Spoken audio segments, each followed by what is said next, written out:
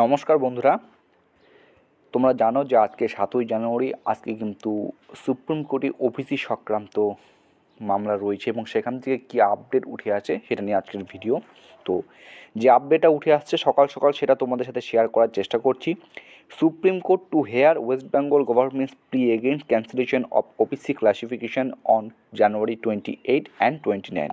আমি আর্টিকেলটা তোমাদের ইংলিশে পড়ে শোনাচ্ছি, ঠিক আছে? দেখো, the Supreme Court on Tuesday posted the petition filed by the state of West Bengal challenging the decision of the Calcutta High Court to quash the other backward class OBC classification of 77 community to January 28 and 29 for the final hearing। অর্থাৎ এটার কিন্তু final hearing হতে চলেছে 28 এবং 29 জানুয়ারি, ঠিক আছে?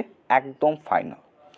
তো যে সমস্ত এক্সাম বিশেষ করে ডাব্লিউবিপি থেকে শুরু করে কেপি যে ওবিসির জন্য আটকে রয়েছে সেগুলো একদম ফুল অ্যান্ড ফাইনাল জানা যাবে আর কিছুদিনের মধ্যেই, ঠিক আছে? 28 তারিখ এবং 29 তারিখ এই দুটা দিন তোমাদের কিন্তু ফাইনাল হিয়ারিং হতে চলেছে।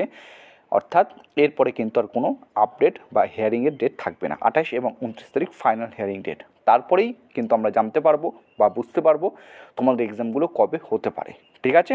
দেখো, এখানে এই ডিটেলস দেওয়া রয়েছে। A bench comprising justice B R. Gavai and justice Augustine George Masih consider the matter, ঠিক আছে? ইন ডিটেলসে এখানে এই আর্টিকেলটা টেলিগ্রাম চ্যানেলে শেয়ার করে দেবো, সেখান থেকে তোমরা প্রত্যেকে দেখে নিতে পারবে।